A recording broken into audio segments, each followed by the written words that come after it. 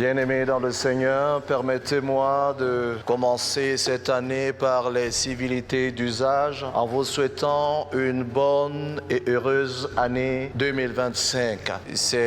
Ce n'est jamais un acquis de se tenir ici sur le pupitre, et encore moins le jour où vous devez annoncer le premier message de l'an des grâces de cette année. C'est donc une grosse responsabilité que je ne prends pas pour acquis, tout en étant reconnaissant à mon Père qui me donne cette opportunité de partager avec vous ce premier message qui sera expositif, profond et surtout très révélateur pour quelqu'un ce matin. Bien-aimés dans le Seigneur, le texte que nous avons lu naturellement sort du livre de Genèse. J'aime bien la traduction du mot Genèse, Ambassa, Bibotlé, ce qui veut dire que Genèse veut tout simplement dire le commencement. Et s'il faille parler hébreu, je dirais Bereshit, parce que Bereshit, Bara, Elohim sont les premiers mots que Dieu prononce dans sa parole, qu'on peut dire au commencement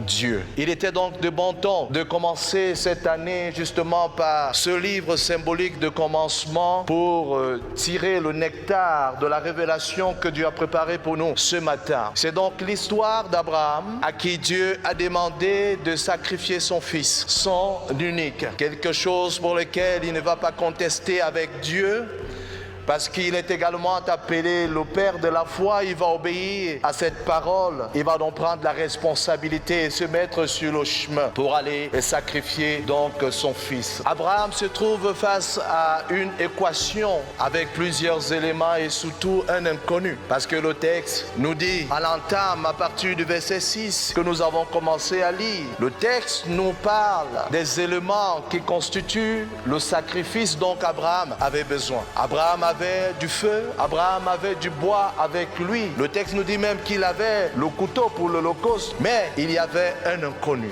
Il y avait quelque chose qui manquait à Abraham pour que ce qu'il est parti faire pour son Dieu puisse être exactement fait. Abraham va donc se trouver donc face à ce problème où il y a justement cet inconnu. La plupart des problèmes que nous avons et qui perdurent, c'est souvent l'inconnu. La source souvent de nos inquiétudes, de nos peurs est essentiellement lié à une donnée qu'on appelle l'inconnu. Vous êtes certainement venu ce matin, vous avez certainement rendu grâce à Dieu après avoir traversé l'année 2024 avec ses problèmes, ses turpitudes. Mais lorsque vous traversez minuit, le problème qui vous accable est toujours présent et vous vous inquiétez et vous vous posez certainement la question, voici encore 2025.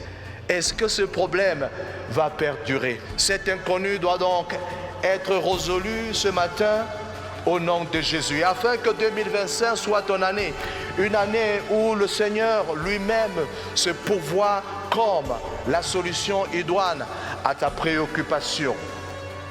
Il y a donc cet inconnu, il y a le bois, il y a le feu, mais il n'y a pas l'agneau, il n'y a pas de sacrifice. Et Isaac lui-même, il ne facilite pas la tâche à son père. Isaac, en lui posant justement la question. Vous savez que pour ceux qui ont des enfants, comment les enfants ont souvent des questions embarrassantes à la maison. Et comme parents, souvent, vous n'avez pas de réponse à donner parce que les enfants ont souvent des questions vraiment compliquées. On se pose même souvent la question de savoir d'où est-ce que ces questions le viennent. Voilà donc Isaac qui pose une question à son père. Voici il y a le feu, voici il y a le bois, mais où est le sacrifice? Il manque quelque chose. Comme Dieu te regarde ce matin, il sait qu'il y a quelque chose qui te manque et il doit donc pourvoir donc à ce qu'il te manque. Et il pose cette question à son père.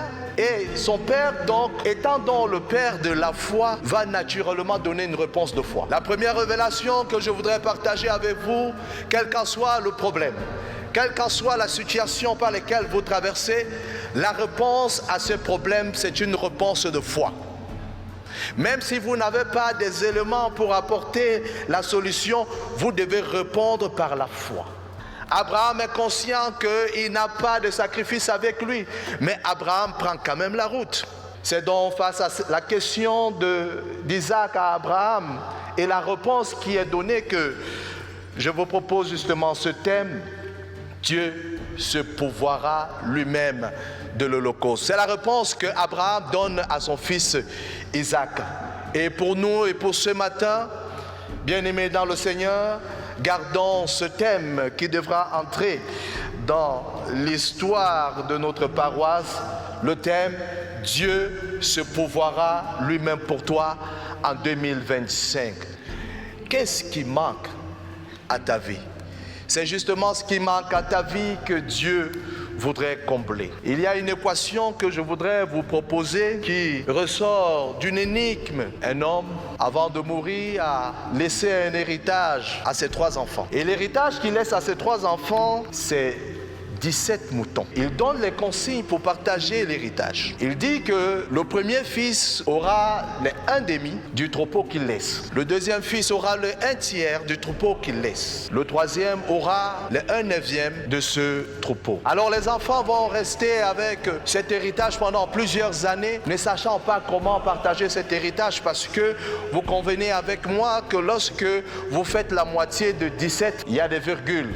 Ils ne peuvent donc pas partager ces moutons en les découpant et partageant à tout un chacun. S'il faille donc partager les 17 moutons pour le premier fils qui doit recevoir les 1/2, il va recevoir 8, quelque chose. Vous savez que quand vous allez acheter même le poulet chez Aboki, vous voulez 1/2 poulet, il coupe le poulet au milieu et je ne sais pas si ça vous est souvent arrivé, vous êtes souvent un peu embarrassé. Il vous dit toujours de choisir. Vous ne savez pas quel choisir, pourtant il a coupé au milieu. Donc les calculs sont toujours difficiles. Donc pour le deuxième fils qui doit recevoir les 1/3 de l'héritage, c'est compliqué. Parce que s'il faut faire le calcul, cela fera 5,66 et quelques. Pareil pour le troisième fils qui doit recevoir les 1/9. Il va recevoir 1, et quelques. Donc partager l'héritage était donc compliqué pour ces enfants. Pendant plusieurs années, ils étaient coincés. Ils se sont donc tournés vers un sage à qui ils ont exposé le problème. Et ce sage, voyant donc le problème, va leur prêter juste un mouton. Et cette fois-ci, ça leur fera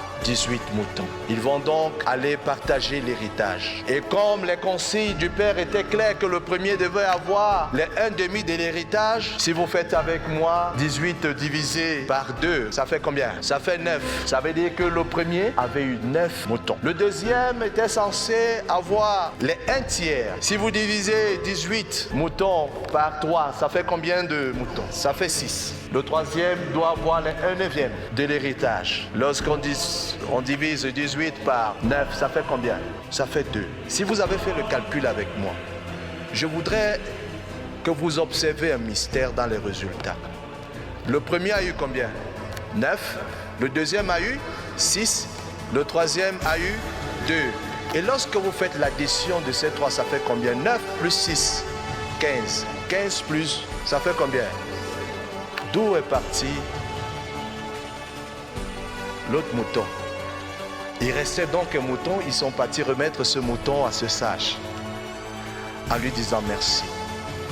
Qu'est-ce que cette énigme nous enseigne? Nous enseigne que quels qu'en soient les calculs, quel qu'en soit votre background intellectuel, parce que il y a des gens qui ils ont fait de bonnes études mais ils sont au chômage. C'est pas parce qu'on a fait de bonnes études qu'automatiquement on aura un bon travail. Ce n'est pas parce qu'on est une femme jolie qu'automatiquement on va se marier. Ce n'est pas parce qu'on est talentueux qu'absolument on aura. Dieu nous a donné certes ces choses, mais il y a quelque chose qui nous manque. La grâce de Dieu, la main de Dieu. C'est pourquoi, bien-aimé dans le Seigneur, tu n'as pas à t'inquiéter pour 2025, parce que comme le dit notre thème, Dieu se pourvoira lui-même. Lorsque vous faites les calculs, les projections, la maison que vous devez construire, la voiture que vous devez acheter, les enfants que vous devez envoyer en Europe ou alors à l'école, ou alors ce qu'on vous demande à l'hôpital pour vous faire soigner face à votre maladie, vous ne savez pas comment vous allez vous faire. Lorsque vous regardez vos avoirs, le calcul ne donne pas. Et Dieu a laissé les choses exprès ainsi, afin que ce qui nous manque, nous allons le chercher là où se trouve. Le texte que nous avons lu nous dit ceci, que pendant qu'Abraham voulait sacrifier son fils, il a levé la main et l'ange va l'intercepter et va lui dire qu'il ne fait pas de mal à l'enfant. Et quand Abraham, donc au verset 13, la Bible nous dit que Abraham leva les yeux et vit derrière lui un bélier retenu dans un buisson par les cornes.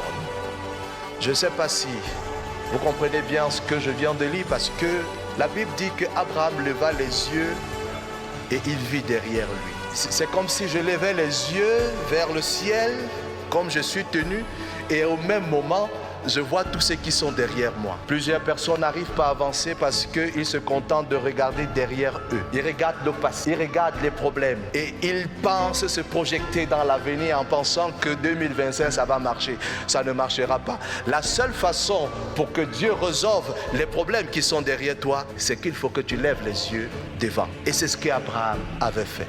Bien-aimés, parce que c'est la nouvelle année, je ne voudrais pas entrer davantage en profondeur, mais vous avez compris le message de ce matin. Ayez l'assurance que Dieu se pourvoira lui-même pour vous en 2025. Si tu crois, tu verras la gloire de Dieu s'accomplir. Que Dieu vous bénisse et encore une fois de plus, bonne année.